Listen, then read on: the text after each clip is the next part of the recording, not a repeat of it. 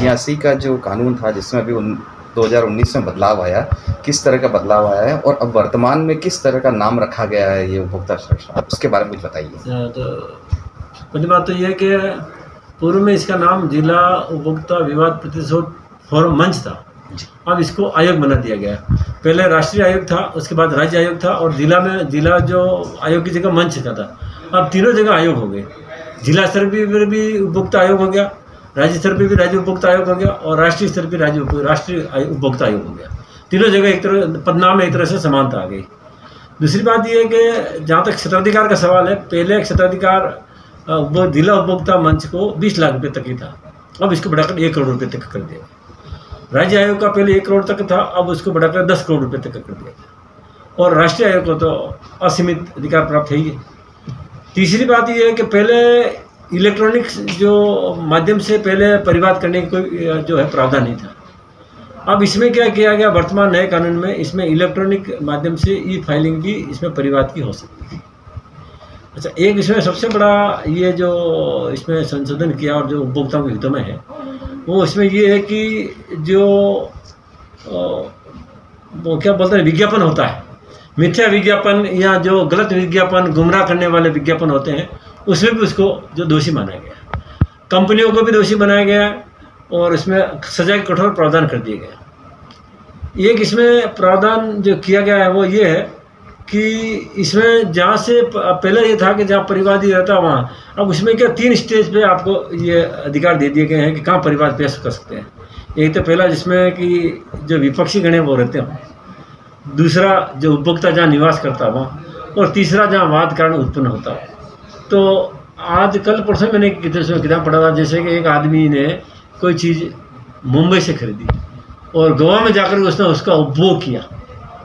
जैसे नमकीन की थैली मान लो, उदाहरण के लिए आपके नमकीन की थैली उसने यहाँ बॉम्बे से खरीदी और गोवा में जाकर उसका उपभोग किया और उपभोग करने के बाद वो वापस अपने गांव बिहार चला गया। तो अब वो परिवाद कहाँ कर सकता है? तो वहाँ बॉम्बे में भी कर सकता है जहाँ कि उसने खरीदी, और जहाँ वाद कारण गोवा में भी कर सकता है, और बिहार चला गया तो वहाँ से भी कर सकता है। तो ये बहुत बड़ा एक उपभोक्ताओं की सहूलियत के लिए प्रावधान किया गया है कि इसमें उपभोक्ता अपनी इच्छा अनुसार जहाँ जो 3 ऑप्शन दिए गए, विकल्प दिए गए, वहाँ उसका वो परिवाद कर सकता है। इसके अलावा और भी प्रावधान दिए गए हैं और इसमें जिला उपभोक्ता आयोग का जो निर्णय होगा, आदेश होगा, उसको सिविल कोड की डिग्री की तरह उसका निष्पादन हो सकता है।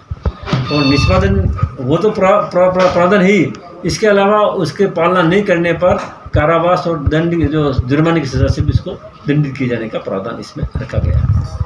और भी बहुत से प्रावधान बनाए गए सदस्यों की, अध्यक्षों के क्या उनमें लाभ के लिए उसके प्रावधान है कि क्या उनको सेवा शर्तें होगी, वो है। पर मोटे मोटे रूप से जो ये कानून है, इसमें एक तो सबसे बड़ी बात है कि ये जो इलेक्ट्रॉनिक माध्यम से जी कंप्लेंट पेश की जा सकती है, ये सबसे बड़ा अच्छा इसका फ़ायदा है कि आदमी अपने कहीं से भी इलेक्ट्रॉनिक से जो है वो परिवाद पर पेश कर सकता है, ये फाइलिंग हो सकती है।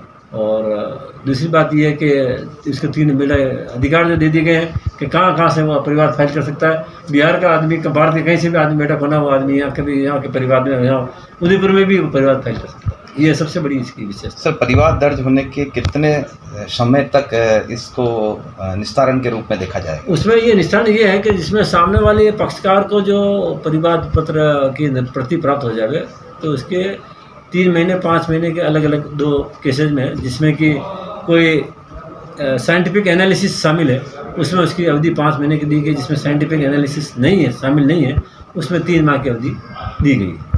सर, इसमें मेडिकल एरिया को भी कवर करके डॉक्टर और पेशेंट का रिश्ता या इसका रिवाइज डिफाइन किया है इस एक्ट में? वो पहले से था और अभी भी वैसे रखा गया, यथावत रखा गया है। तो जिसमें आप कुछ शुल्क दे करके अपना इलाज करा रहे हैं, जैसे आप प्राइवेट जा आप जैसे उदयपुर में जितने भी प्राइवेट हॉस्पिटल हैं जहाँ आप अपना इलाज करा रहे हैं, वहाँ पैसा शुल्क दे कर आप इलाज कराएं। वहाँ उपचार में कोई लापरवाही रही, अधिक पैसा वसूल कर लिया गया, सेवा में कोई कमी रही, त्रुटि रही, लापरवाही, सेवा चूक रहा या अनुचित व्यापारिक संव्यवहार कायद किया गया। बहुत बार जैसे कि आपने देखा होगा कि एक बोतल के 100 रुपये लिखे हुए हैं और आपसे 120 रुपये ले लिए, 110 रुपये ले लिए, तो वो सब उसमें इस कैटेगरी में शामिल है। ठीक है, थैंक यू।